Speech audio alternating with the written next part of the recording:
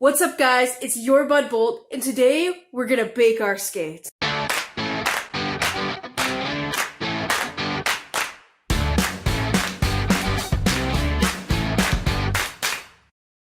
The first thing I want to say about this is use your Pro Shop whenever possible to bake your skates. They've got specialty ovens and there's way less chance of things going wrong. That being said, they shouldn't charge you more than about $20 to bake skates. Some of them will even offer you a free skate bake if you buy with them. So keep that in mind, and when possible, bake your skates at a Pro Shop. It's way safer. But some people don't have those available to them, or, their Pro Shop wants to charge $75 to bake a pair of skates. And if your skates cost you $50, what the heck? You could buy a whole new set of skates for that price.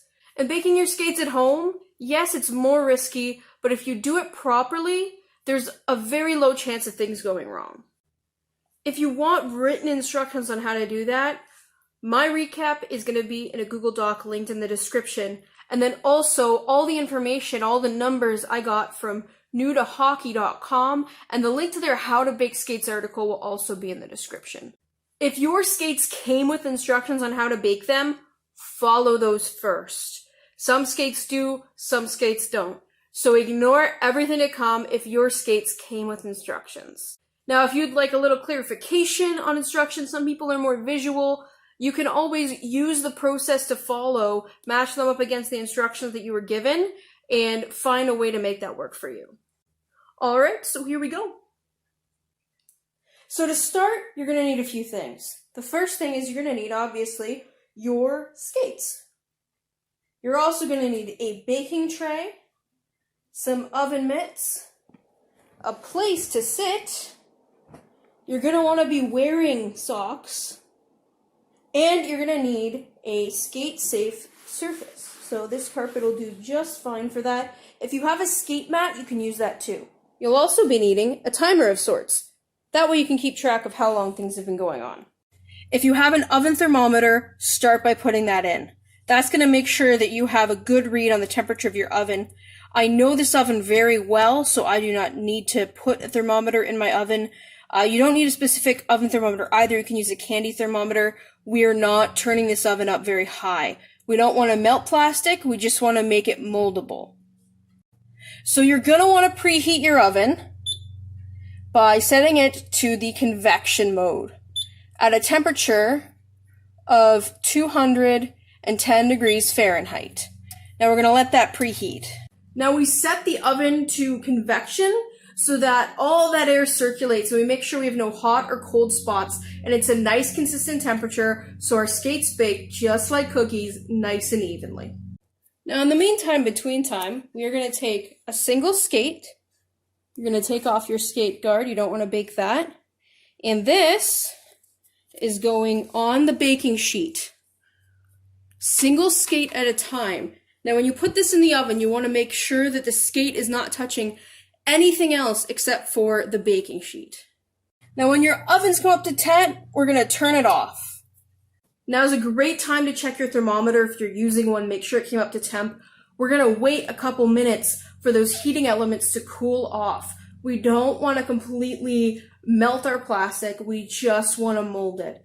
So by making sure that we had the convection bake on, we made sure the oven was at the same temperature. By turning it off, we're making sure that it's not too hot and it's not going to apply even amounts of heat throughout the whole baking process. We just want that residual heat. So it's been about 3 to 4 minutes. We're going to take our skate and we're going to put it in the oven. Now once again, make sure that skate is only touching the baking tray, and you're going to close your oven nice and tight.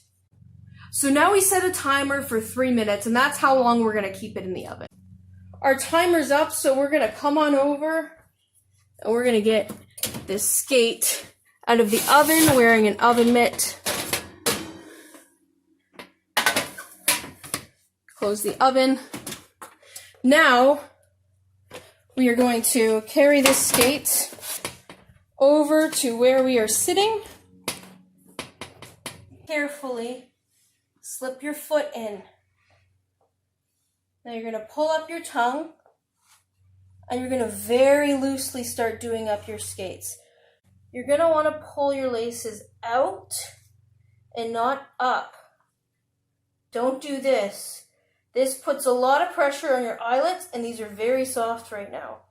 So pull out, and you don't need them as tight as if you're going on the ice. Just snug. Any amount of pressure on those eyelets could rip one out. So we're going nice and gentle, just slightly snug.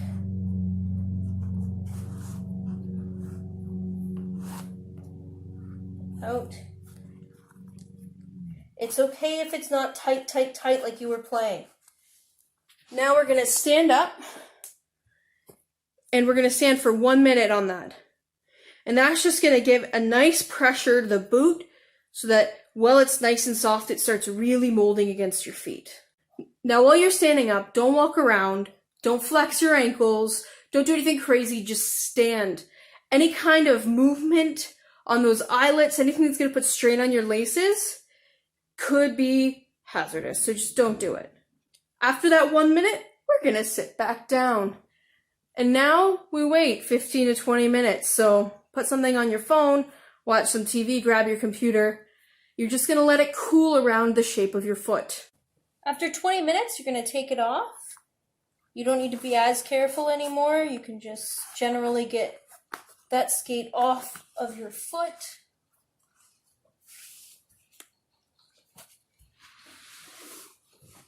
And always make sure you put your skate guard back on. And that's it. It's that easy. So now all you do is you repeat the whole process for your next skate, and don't use them for 24 hours because it needs time to sit and set and completely 100% cool off. So just stay off them for 24 hours. So if you're doing this, make sure you do it at least 24 hours before when you plan on using these skates. So our next video is going to be how to wash your gear. Just in your at-home washing machine, we're going to cover, in case you bought used gear, like I suggested in my first video, we're going to cover how to get it clean.